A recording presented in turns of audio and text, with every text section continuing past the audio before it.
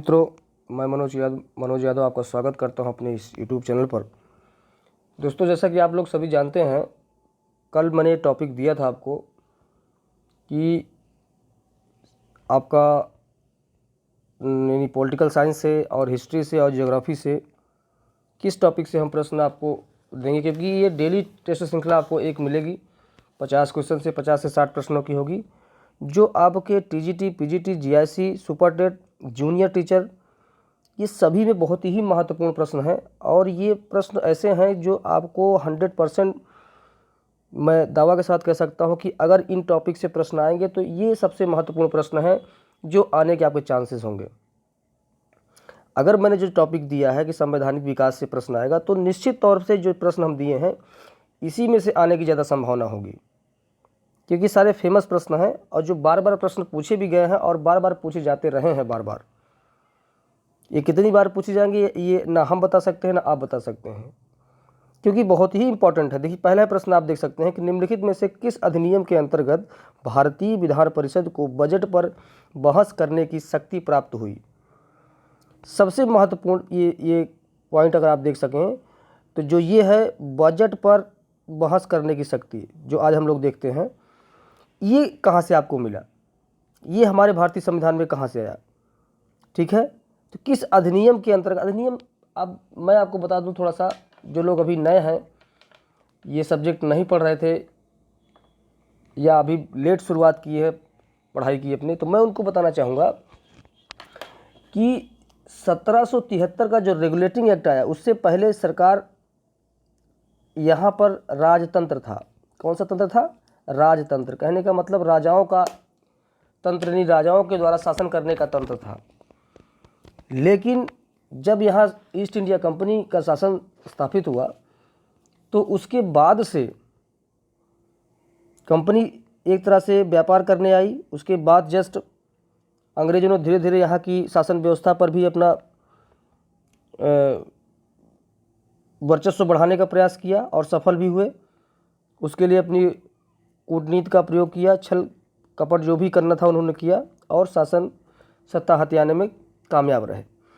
लेकिन 1773 का जो रेगुलेटिंग एक्ट है दोस्तों, मैं आपको बता दूं, वो सबसे महत्वपूर्ण है, क्योंकि उसी से शुरुआत होती है। अगर आप 1773 की बात करें तो ये पहली बार भारत में हुआ, एक लिखित संविधान प्रस्तुत किया गया पहली बार। ये कंपनी का शासन था। 1773 का रेगुलेटिंग एक्ट, जो कंपनी यहाँ शासन कर रही थी, वहाँ इंग्लैंड में, ब्रिटेन में, इस कंपनी के शासन को, यानी कंपनी को रेगुलेट करना, यानी कंट्रोल करना स्टार्ट कर दिया था 1773 से। तो ये जो एक्ट हैं, अधिनियम है, वो इंग्लैंड से आते थे।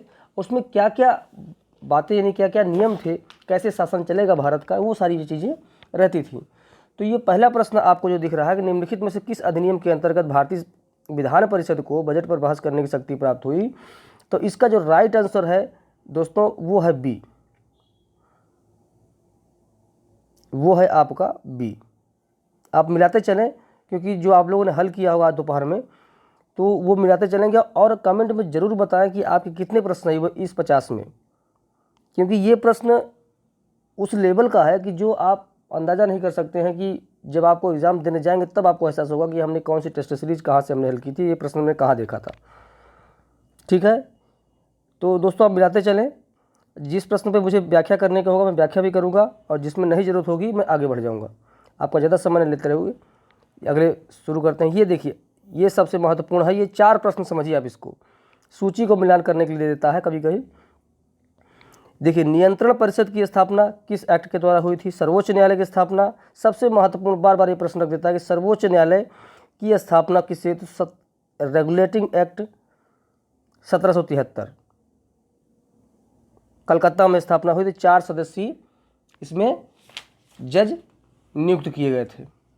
ठीक है, 4 सदस्यीय एक सर्वोच्च न्यायालय की स्थापना की थी। वो भी अधिनियम के अंतर्गत तो 1773 का था, लेकिन स्थापना 1774 में हुई थी। ये उत्तर प्रदेश पीसीएस 98 में पूछा गया, बार बार में पूछा गया। और ये नोट कर लीजिए आप, अगर कापी कलम लेके बैठे हुए हैं, नहीं लेके बैठे हुए तो आप कापी कलम लेके ही बैठिए। जो इससे महत्वपूर्ण प्रश्न है उससे आप लिखते भी चलें।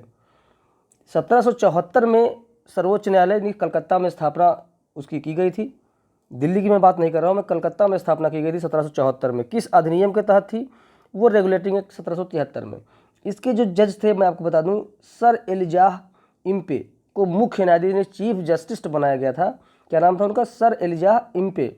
इम्पे अभी आप याद रखें तो आप लगा सकते हैं। और अन्य जो 3 थे उनका नाम चैम्बर्स, लिमेंस्टर एवं हाइड को न्यायाधीश बनाया गया था। 3 ये थे और एक आपके मुख्य इम्पे साहब जो मुख्य न्यायाधीश थे वो थे।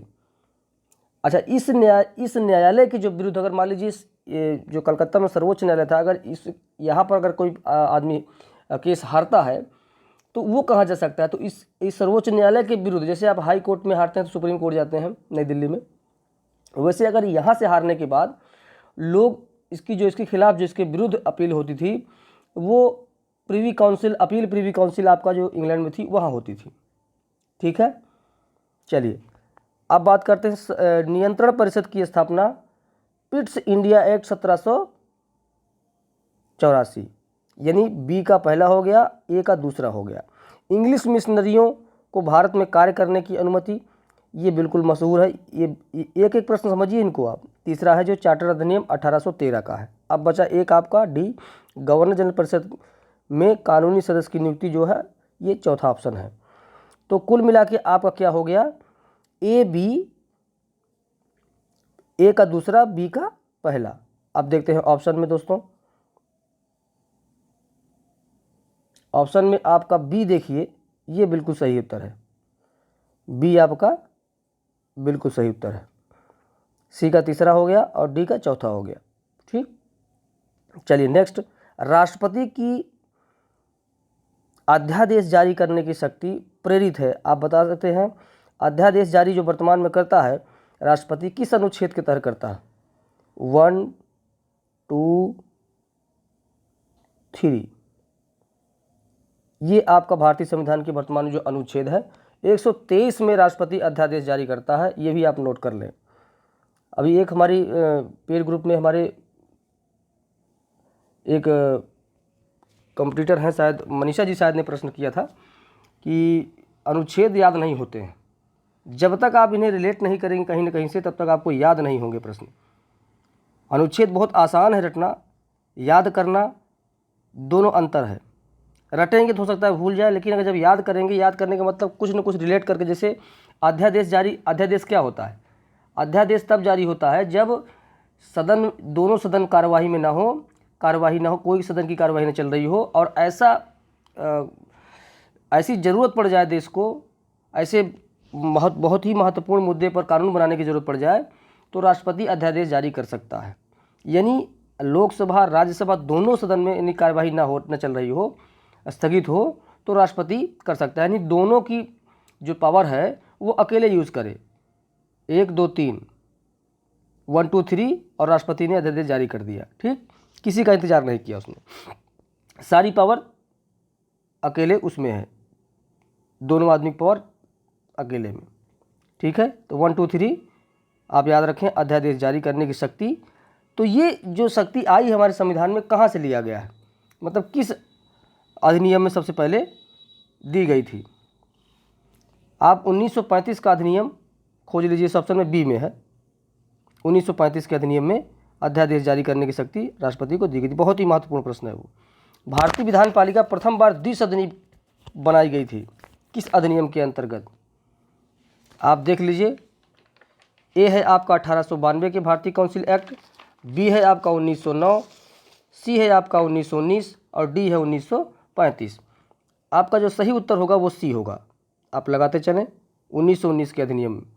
अब बात करते हैं पांचवा के प्रश्न। केंद्र में द्वैध शासन की अधिनियम के किस अधिनियम के अंतर्गत स्थापित किया गया? आप इसको भी आप 1935 ही लगा लीजिए, बिल्कुल राइट आंसर सी आपका है। ठीक है, अब बात करते हैं नेक्स्ट प्रश्न की। एक निर्वाचित संविधान सभा द्वारा सर्वप्रथम भारत के संविधान का निर्माण करने का प्रस्ताव किया गया, ये क्रिप्स मिशन के द्वारा किया गया। बिल्कुल सरल प्रश्न है, क्रिप्स मिशन के द्वारा। ठीक है, संविधान निर्माण के प्रस्ताव किया गया, नहीं संविधान सभा का गठन किया गया, संविधान का निर्माण किया गया। ठीक, अब सातवां प्रश्न देखते हैं। किस अधिनियम में भारतवासियों को अपने देश के प्रशासन में कुछ हिस्सा लेना संभव बनाया? बहुत ही महत्वपूर्ण प्रश्न है। 7वां प्रश्न है आपका चार्टर एक्ट 1833 बिल्कुल सही उत्तर होगा, पहला ए ऑप्शन आपका सही है। मिलाते चलिए दोस्तों, और इसको ध्यान से भगाइए नहीं, वीडियो को आराम से आप देखें, आपको समझ में भी आएगा। जो प्रश्न व्याख्या करने लायक होगा वो मैं करूँगा, ठीक है। अब नेक्स्ट प्रश्न है, भारतीय संविधान सभा में कुल कितनी महिला सदस्य थीं? संविधान सभा की बात की जा रही है, जब संविधान का निर्माण किया जा रहा था तो उसमें महिलाएं कितनी थीं? ये बहुत ही महत्वपूर्ण प्रश्न है। 15। कितनी थी? 15। ये ऑप्शन आपका सही है। ये प्रश्न जो 9वां आ रहा है, किसने कहा था कि संविधान सभा कांग्रेस थी और कांग्रेस भारत था? बहुत ही फेमस क्वेश्चन है और इसका उत्तर होगा ए ऑस्टिन, बिल्कुल सही उत्तर है, ठीक है। ये आपका बिल्कुल सही है। चलिए, किस वर्ष जनगणमन को भारत के राष्ट्रगान के रूप में अपनाया गया था? अब बिल्कुल सरल प्रश्न है, आप देख सकते हैं। इतना तो लगा ही लिए होंगे आप लोग।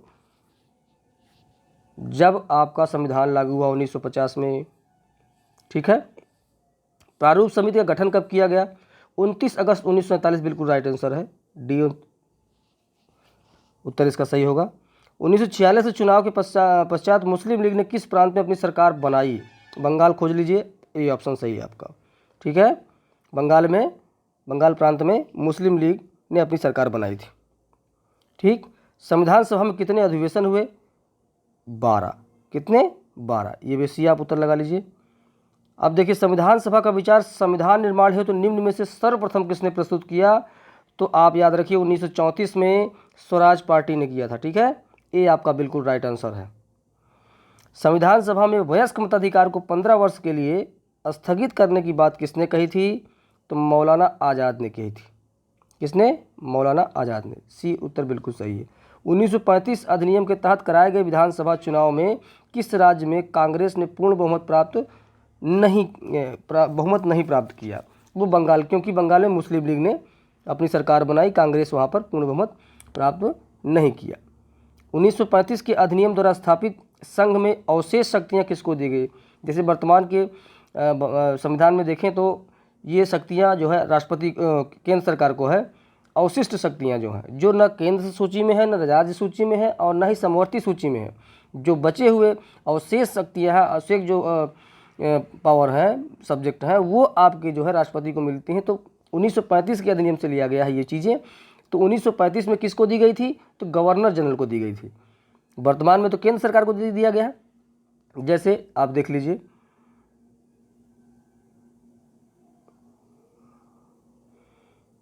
केंद्र सूची, राज्य सूची और समवर्ती सूची, इनमें जितने भी सब्जेक्ट कुछ केंद्र में हैं, कुछ राज्य में है और कुछ समवर्ती में है। जो किसी में नहीं है वो अवशिष्ट शक्तियां हैं। कौन सी हैं? अवशिष्ट शक्तियां हैं। ये पावर जो अवशिष्ट शक्तियां हैं ये केंद्र सरकार के अंतर्गत आती हैं, ठीक है। ये व्यवस्था अगर ये भी पूछ ले कि जो अवशिष्ट शक्तियां या केंद्र राज्य यानी समवर्ती सूची में जो विभाजन हुआ है, यानी शक्तियों का जो बंटवारा हुआ है किस अधिनियम के तहत किया गया है, तो 1935 होगा। इसी प्रश्न को घुमा भी सकता है, लेकिन ये शक्तियाँ जो अवशेष शक्तियाँ हैं ये गवर्नर जनरल को उस समय दी गई थी पावर कि वो कानून बना सकता है। संविधान सभा के संघ समिति का अध्यक्ष कौन था? बिल्कुल सरल प्रश्न, आप जवाहरलाल नेहरू लगा लीजिए, ठीक है। भारत के संविधान में केंद्र राज्य के बीच किया गया शक्तियों का विभाजन इनमें से किसमें उल्लिखित योजना पर आधारित था? ये भी आप 1935 लगा लीजिए, मैंने अभी आपको व्याख्या किया ऊपर, ठीक है। उसी प्रश्न को इस तरह से घुमा के रख दिया है, ठीक। आप निम्न में से किस अधिनियम में नियंत्रक महालेखा परीक्षक नामक पद का सुझाव दिया था? किस अधिनियम के तहत? बहुत ही बेहतरीन प्रश्न है, ठीक है।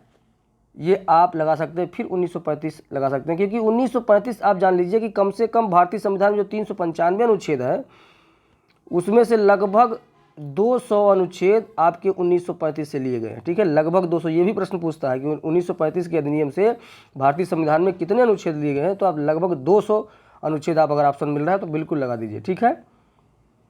अब आते हैं थोड़ा ज्योग्राफी का प्रश्न। मास्टर ऑफ गॉड किस ग्रह की उपमा दीजिए? तो कहने का मतलब ये है कि मास्टर ऑफ गॉड किस ग्रह को कहते हैं? मास्टर ऑफ गाड किस ग्रह को कहते हैं? शनि, बृहस्पति, अरुण और पृथ्वी। ये ऐसे प्रश्न हैं जो आपको अगर प्रीवियस ईयर के कहीं प्रश्न उठाएं तो आपको वो देखने को वहाँ मिल सकते हैं। इसका स्टैंडर्ड बहुत बेहतरीन है, इसी लेवल का हम इस प्रश्न को बनाए ही है, जो आपके परीक्षा के लिए बहुत ही महत्वपूर्ण है।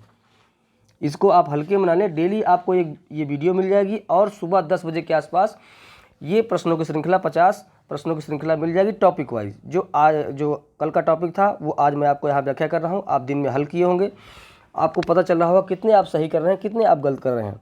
ठीक है, तो ये मास्टर ऑफ गाड अगर हम देखें तो वो बृहस्पति है। बृहस्पति को मास्टर ऑफ गाड कहा जाता है। अब बात करते हैं नेक्स्ट प्रश्न की। गैलीलियो ने निम्न में से किस ग्रह की खोज की थी? ए है अरुण, वरुण, शनि और बृहस्पति। तो इसका भी उत्तर आप बृहस्पति लगा लीजिए। गैलीलियो ने निम्न में से किस ग्रह की खोज की थी? तो वो है बृहस्पति की। ठीक है, अब बात करते हैं सौर मंडल का सबसे ऊंचा पर्वत। अब यह दिमाग लगाइए, ये हम पृथ्वी की बात नहीं कर रहे हैं, किसी देश की बात नहीं कर रहे हैं, हम सौर मंडल की बात कर रहे हैं। सौर मंडल में जितने ग्रह हैं, नक्षत्र हैं, जितने भी तारे हैं, बहुत सारे पिंड हैं, जो उसकी बात हम कर रहे हैं कि अपने सौर मंडल की सबसे ऊंचा पर्वत कौन सा है?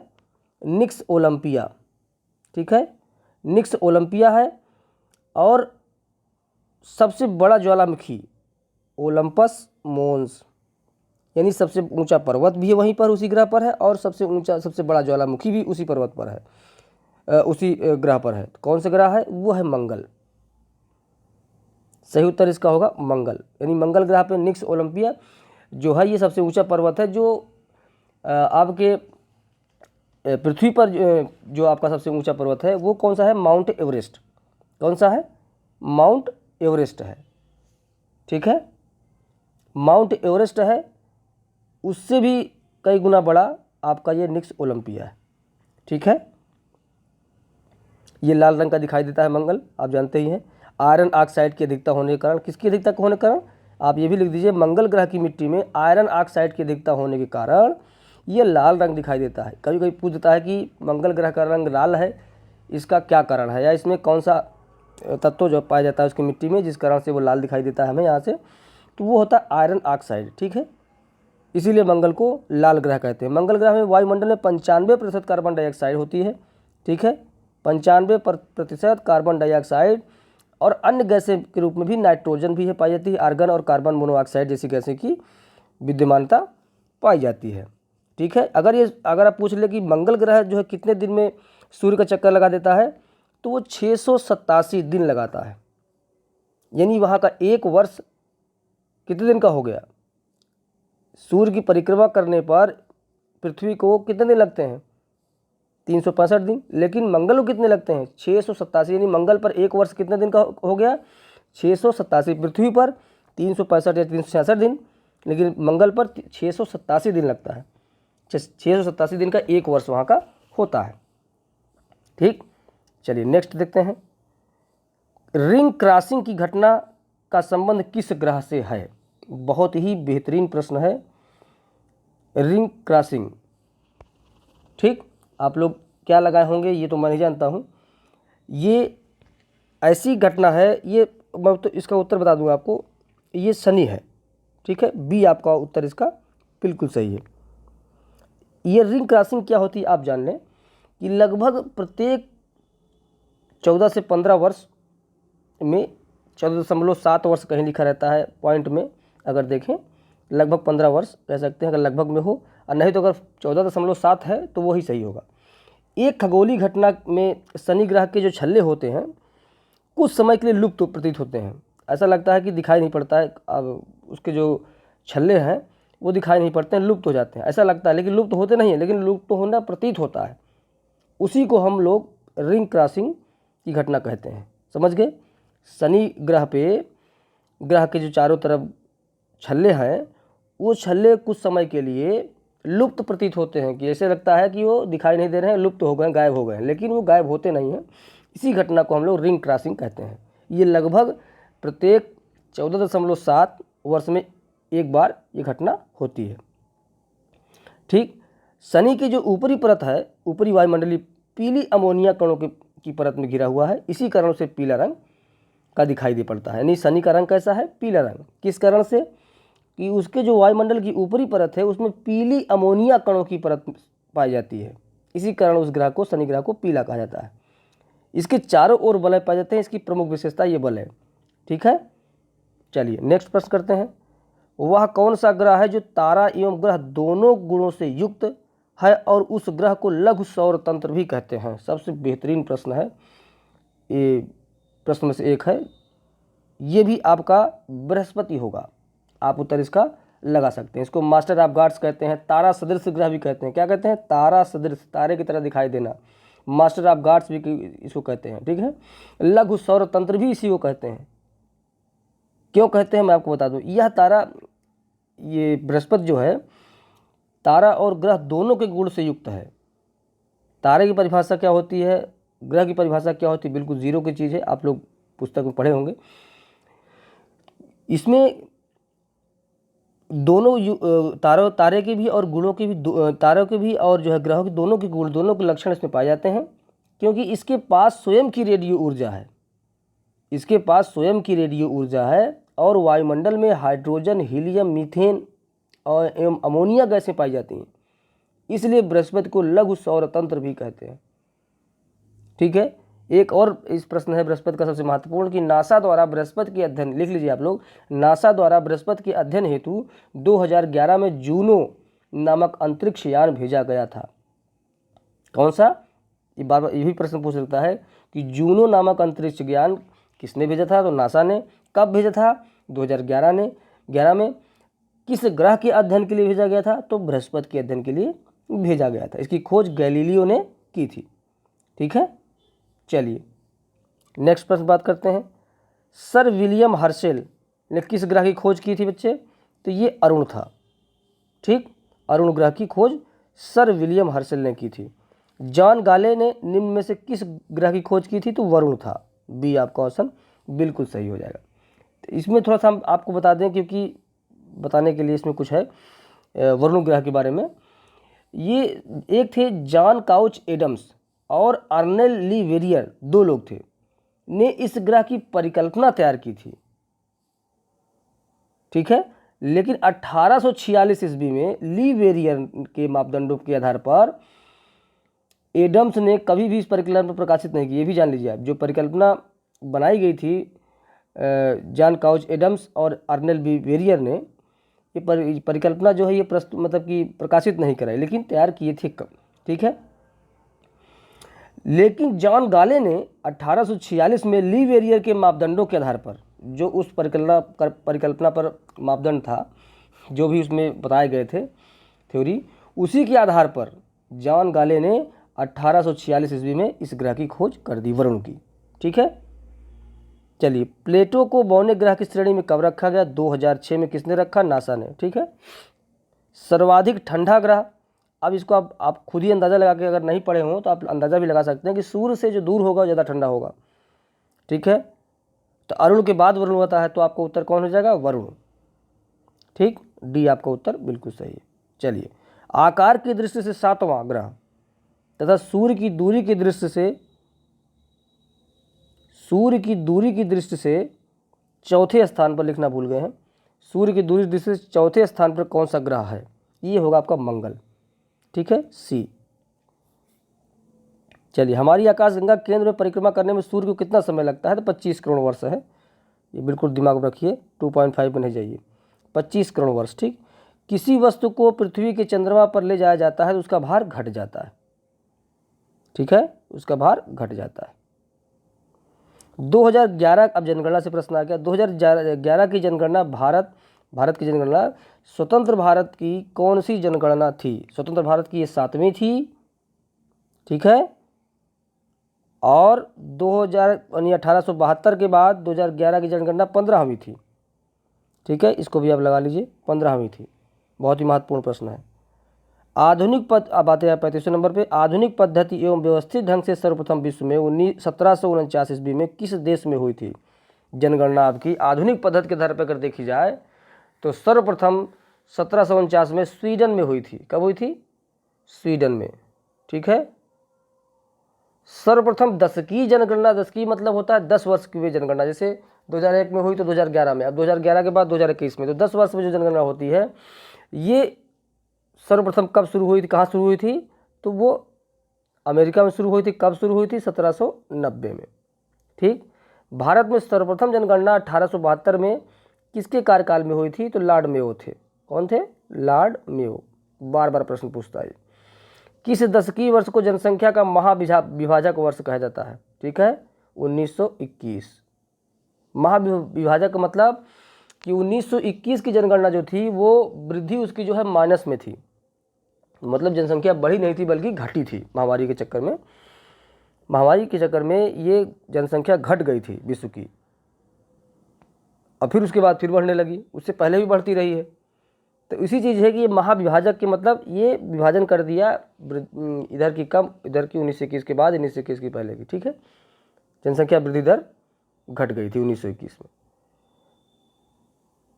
वर्ष 2011 की जनगणना के अनुसार भारत का लिंगानुपात कितना है, 943। 933 क्या है, 2001 वाला है। ठीक। 2001 का लिंगानुपात कितना था, 933। कितने अंकों की वृद्धि हुई, तो वो 10 अंकों की। ये भी प्रश्न रख देता है कि लिंगानुपात में कितनी संख्या बढ़ी, तो वो 10 अंकों का वृद्धि हुई थी। 2001 में 933 था लिंगानुपात। लिंगानुपात मतलब पुरुष स्त्री की 1000 पुरुष पे कितनी स्त्रियां होती। ठीक। तो वो 933 2001 में थी और 943 2011 की थी। और एक बात ये बता दें, भारत पाकिस्तान की दोनों की लिंगानुपात एक ही है, 943। ठीक। इंडिया और पाकिस्तान दोनों का है। चलिए, ऐसे नगर जिसकी जनसंख्या 1 लाख या अधिक है उसे शहर कहते हैं। क्या कहते हैं, शहर कहते हैं। बी आपका सही है। ठीक। महानगर जो 10 लाख जनसंख्या या उससे अधिक। ठीक। चलिए, एक ही, अब इतिहास का शुरू हो जाता है। एक ही कब्र से 3 मानव कंकाल निकले हैं, कहाँ से। आप लोग इतिहास को बढ़िया से पढ़े होंगे, काफ़ी दिन से हम आपको अपने इस ग्रुप में, टेलीग्राम ग्रुप पे आपको अभ्यास भी करवा रहे हैं। चलिए, दमदमा, सी उत्तर आपका बिल्कुल सही है। ठीक है। दमदमा से 3 मानव कंकाल निकले एक ही कब्र से। भारतीय पुरातत्व के जनक आप अलेक्जेंडर कलिंगम को आप लगा लिए होंगे, हम जानते हैं, किसी गलत नहीं हुआ होगा। खाद्यान्नों की कृषि सर्वप्रथम प्रारंभ हुई थी किस काल में, नवपाषाण काल में। ठीक है। गर्त आवास, गर्त मतलब जमीन के अंदर, आवास बुर्ज होम। ठीक है। डी आपका बिल्कुल सही है। अब बात करते हैं 45 नंबर पे। भारतीय उपमहाद्वीप में कृषि के प्राचीनतम साक्ष्य कहाँ से मिले थे, वो है मेहरगढ़। ये बार बार प्रश्न पूछे जाएंगे, याद रखिएगा आप लोग।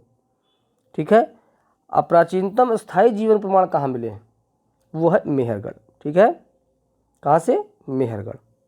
बी आपका सही है। 47वां प्रश्न देखते हैं। मानव के साथ कुत्ते को दफनाने के का साक्ष्य कहाँ मिला, मानव के साथ कुत्ते को भी दफनाने का साक्ष्य कहाँ से मिला है, तो दोस्तों वो भी आपका बुर्ज होम है। ठीक है।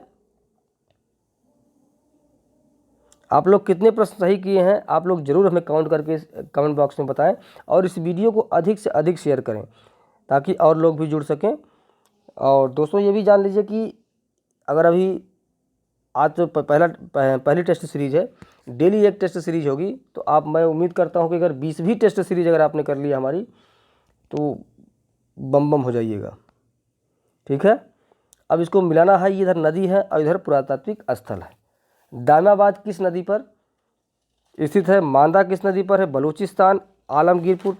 सबसे सरल मेरे हिसाब से इसमें से आलमगीरपुर है। आलमगीरपुर को लगाइए। हिंड नदी आपका, आलमगीरपुर हिंड नदी, यानी डी का पहला आ गया। अब खोज लीजिए, डी में पहला यहाँ भी है और यहाँ भी है, यानी अब आपको एक और खोजना है। तो सी का 2 यहाँ भी है, सी का यहाँ, तो आपको दूसरा भी मिल गया। सी का, डी का पहला हो गया आलमगीरपुर और सी का दूसरा हो गया। अब बचा दामाबाद। दामाबाद आपका गोदावरी नदी किनारे स्थित है। और बचा मांदा आपका चिनाब। अब आप लगा सकते हैं इसका उत्तर। ठीक है। यानी डी का पहला, सी का दूसरा और बी का मांदा का चिनाब है। ठीक है। आपका तीसरा, यानी ए आपका बिल्कुल राइट आंसर हो जाएगा ए। मिलान कर लीजिए। 49 क्वेश्चन, सैंधव सभ्यता के स्थल किन देशों में फैले हैं? भारत में, पाकिस्तान में, अफगानिस्तान में, ये सभी में फैले हैं। ठीक है। अब आखिरी प्रश्न आप देखते हैं, निम्नलिखित में से कलश समाधान के प्रमाण कहाँ से मिले? कलश में मतलब कि जब व्यक्ति की मृत्यु होने के बाद उसकी जो शव है उसको जलाने के बाद उसकी जो अस्थियां होती हैं वो कलश में रख करके उसे दफना दिए जाते थे। तो ऐसे साक्ष्य कहाँ से मिले हैं? सुरकोददा से। ठीक है, बी आपका बिल्कुल राइट आंसर है। दोस्तों ये वीडियो आपको कैसा लगा आप ज़रूर हमें बताएं कमेंट बॉक्स में करके, और इसको शेयर, अगर अभी आपने सब्सक्राइब नहीं किया तो सब्सक्राइब भी कर लें और ज़्यादा से ज़्यादा दोस्तों तक शेयर करें। कल का टॉपिक मैं अपने टेलीग्राम पर दे दूंगा, जो कल सुबह 10 बजे तक आपको ऐसी PDF आपको बेहतरीन प्रश्नों की श्रृंखला 50 प्रश्न से 60 प्रश्न के बीच में आपको मिलेंगी, और शाम में आपको 10 बजे तक आपको उसका पूरा संपूर्ण हल आपको वीडियो के माध्यम से मिल जाएगा। धन्यवाद दोस्तों, नमस्कार।